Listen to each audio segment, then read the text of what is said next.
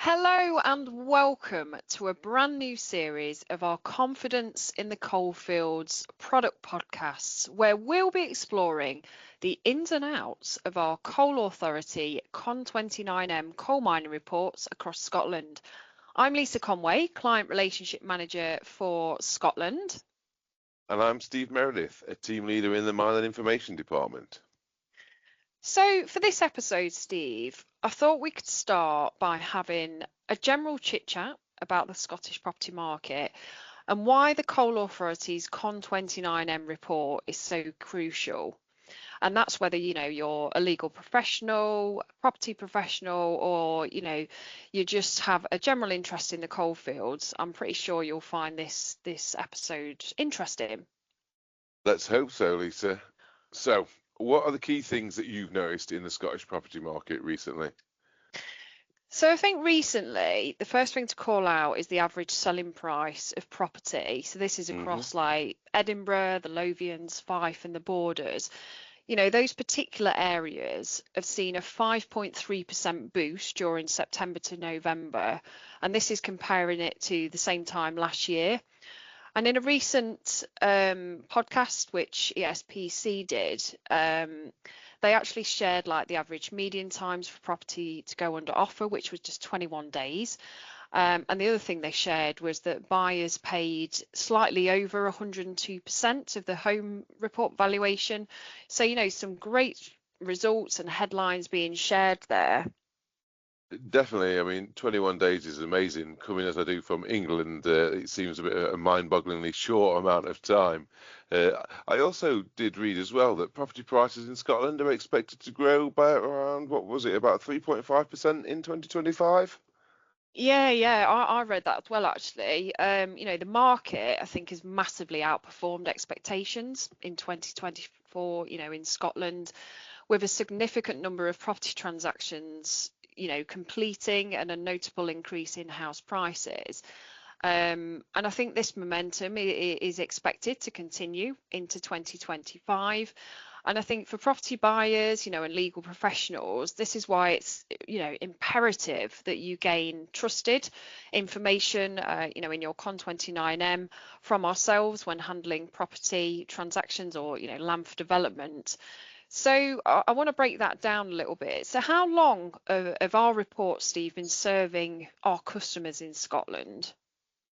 Well, I'll be very careful. I don't want to give my age away, Lisa. I've worked here for over 20 years, and our reports have been supporting property transactions certainly all that time. In fact, as far back as 1994, and having managed mining legacy all that time, we're trusted by all legal professionals, and people are in safe hands when dealing with us, I'd like to think. Yeah, definitely. And I think, one thing that always surprises people is 51% of Scotland sits across the coal fields. And we've got about 23,000 recorded mine entries in Scotland in our comprehensive database.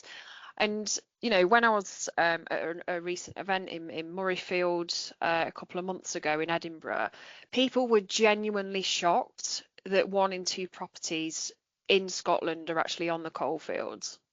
Yeah, I mean, 50%, Lisa, it's a big number. But where there's coal mining, there were people, so that's the reason for it. And it is vast. It's also the reason we manage this mining legacy, and our reports are so well known and trusted across the Scottish legal community. Yeah, definitely. And I think like, with mine entries, you've got regions like Fife, Lanarkshire, the central belt where coal mining was historically prevalent. So knowing where there's a property or, if it's near the coal fields, it's really imperative really to those legal transactions. Exactly, and that's where the CON29M report comes into its own. For those who might not know, the CON29M report provides information on stuff such as past, present, and future coal mining activity in a given area, and it's essential for identifying all kinds of potential risks to properties. And let's break that down a little bit more, Steve. So, what kind of information can customers expect to get when they get a Coal Authority CON29M? Yeah, sure. The report covers several key areas. I'll list them all. It includes details on past, present, and current coal mining activity, any known mine entries within 20 metres of a property. It gives you information on subsidence claims, mine gas, open cast workings. It also highlights plans for future mining, not that there looks like being any of that anytime soon at the moment in the UK, and also whether there have been any past coal mining related hazards in the vicinity of a property. Yeah, so there's lots of critical information in our Coal Authority CON29M reports, and the reason these reports are vital tools when handling property or land for development across the Scottish coalfields. Definitely, Lisa. And it's not just about the legal side too. It's peace of mind for buyers. Knowing this information up front can prevent future headaches, as you know exactly what you're buying, and there's no surprises further down the road.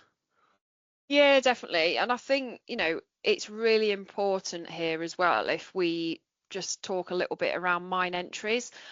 So we mentioned at the start of the podcast, for Scotland that we've got just over 23,000 recorded mine entries in our coal mining database of information.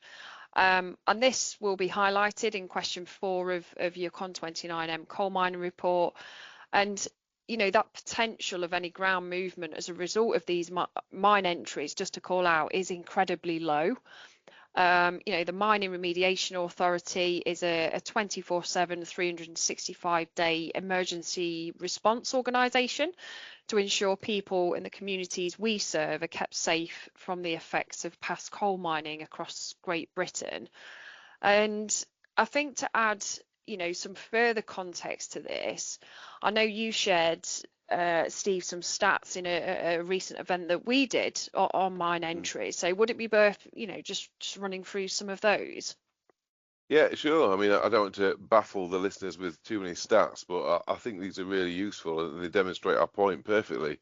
So we've got records of 176,000 mine entries in our database across England, Wales, and Scotland. However, only 21,000 of those are actually within 1 metre of a residential property, which is just over 10%. And I've been able to get some stats from our dedicated public safety and subsidence department. And over the last 10 years, we've only had 99 incidents in residential areas where we've been required to carry out work to a mine entry. And that's just 0.05% of the entries we have in our database. And even of that 0.05%, only 10% of those were what we would class as a significant incident. I think that's exactly a great demonstration of how small the likelihood of a mine entry causing any issues is. It is, and I'm sure people will probably be pretty surprised in those numbers, and hopefully, that again does add some reassurance to people that these cases are very few and far between. Um, and I think it's probably also worth noting that the Mining Remediation Authority provides, lots of support for customers and the legal profession. So, if follow-on reports are required, these will be highlighted on the front cover of your CON29M. And if there is a mine entry, this is where our expert interpretation of that mine entry comes in. So, things like how we calculate an accurate zone of influence, for example. So, is it worth, Steve, just having a bit of a run through of that? Yeah, sure. I mean, I love our mine entry interpretive reports. For our mine entry interpretive reports, we believe it's important and essential to have two boundaries digitised. So that's one for the wider traditional property boundary, and a second one that actually highlights the building footprint. That way, when we've calculated the potential zone of influence for mine entry or mine entries within 20 metres of a property, because we've got the two boundaries, we can give an accurate statement of risk for what if the mine entry, in the unlikely instance that anything were to go wrong, would that mine entry affect not only your property boundary, but more specifically the building footprint. We find that just gives a bit more reassurance and people are comforted by that level of detail. So I did want to also share some pretty exciting news as well. That's going to be a bit of a new addition to the Scottish CON29M. So we've recently become an approved member of the Scottish Law Society. And we're really looking forward to this partnership collaboration, working more gov to gov. And for us, it's about adding value to customers and the legal profession, providing that invaluable education about the coalfields.